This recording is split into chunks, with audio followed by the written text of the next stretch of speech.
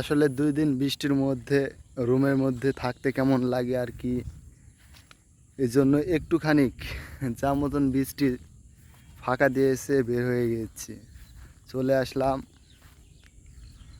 আমাদের সেই মাঠে। পরিবেশটা দেখেন,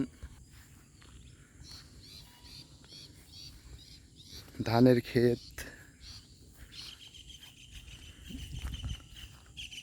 আশেপাশটা আসলেই সুন্দর। আসলে প্রকৃতি সুন্দর, প্রকৃতিকে প্রকৃতির মতোভাবেই যদি দেখা যায়, মন থেকে ভালোবাসা যায়, তাহলেই মনের মতোই সব কিছু।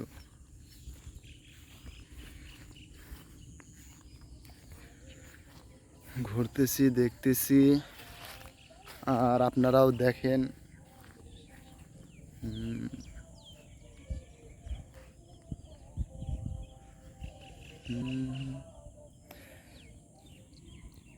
পানি দেখেন কি পরিমাণ পানি হয়ে গেছে।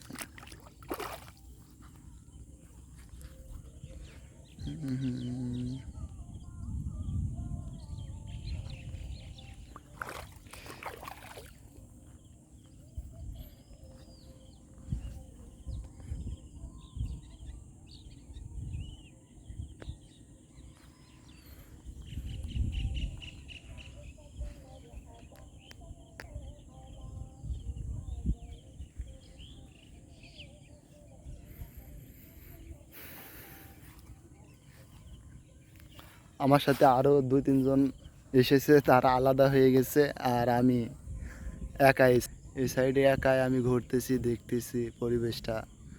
আর সুন্দর লাগতেছে। এখনও মেঘ ডাকতেছে, আবার পানি মনে হয় হবে, পানি আসবে, কিন্তু ভালো লাগছে পরিবেশটা, কত সুন্দর, অসাধারণ। কিন্তু সব চারিদিক মেঘলা।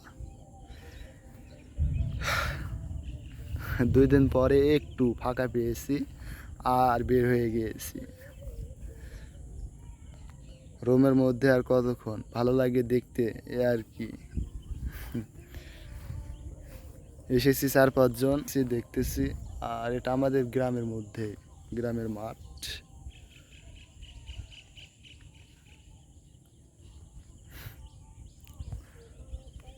আর কি আর বলবো, আমার এখানে একটা বরণ বের হয়েছে, এত পরিমাণ ব্যথা, ভালো লাগতেছে না, তারপরও কি করব। দেখেন কি একটা অবস্থা।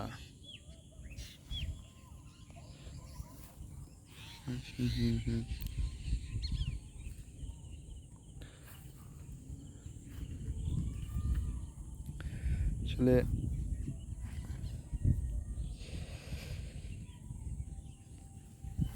প্রকৃতির সৌন্দর্যই অন্যরকম সৌন্দর্য, যেটা রুমের মধ্যে থেকে অনুভব করা যাবে না। আর ওইটা অনুভব করতে হলে বের হতে হবে বাইরে, বাইরে বের না ওটা অনুভব করা যাবে না।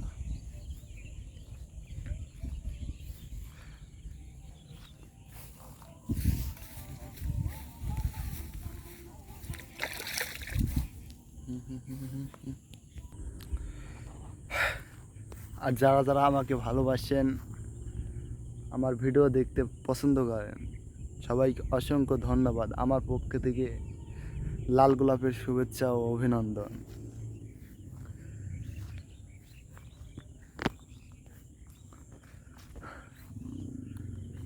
আমার ফ্রেন্ডরা ওই সাইডে গিয়েছে, ওই সাইডে যাই, দেখাই, দেখেন কেমনটা লাগে। পরিবেশটা আসলেই সুন্দর, দেখেন, অসাধারণ। এই পরিবেশে একা একা কেমন লাগতেছে, যদি একটা জিএফ থাকতো তাহলে আরও জমে যেত, পরিবেশটা আরও সুন্দর হয়ে যেত। আর প্রকৃতি তো সুন্দর, এমনিতেই সুন্দর, আরও সুন্দর হবে।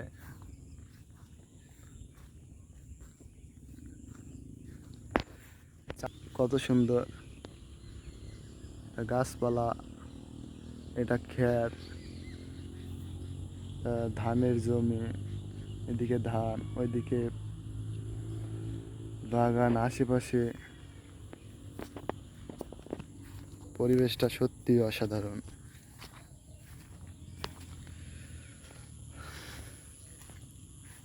আসলে সৌন্দর্য তো মানুষের মনে, মানুষের মন যত সুন্দর হবে ততই সব কিছু সুন্দর লাগবে। কিন্তু মন যদি অসুন্দর হয় সব কিছুই অসুন্দর লাগবে। এটা ভালো না, ওটা ভালো, অনেক কিছু।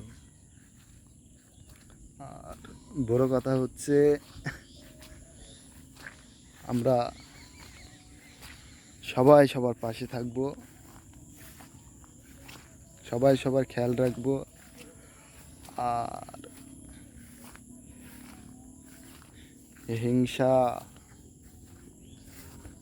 হাবিজাবি যেগুলো করলে ক্ষতি সমাজের জন্য, ওইগুলো করব না।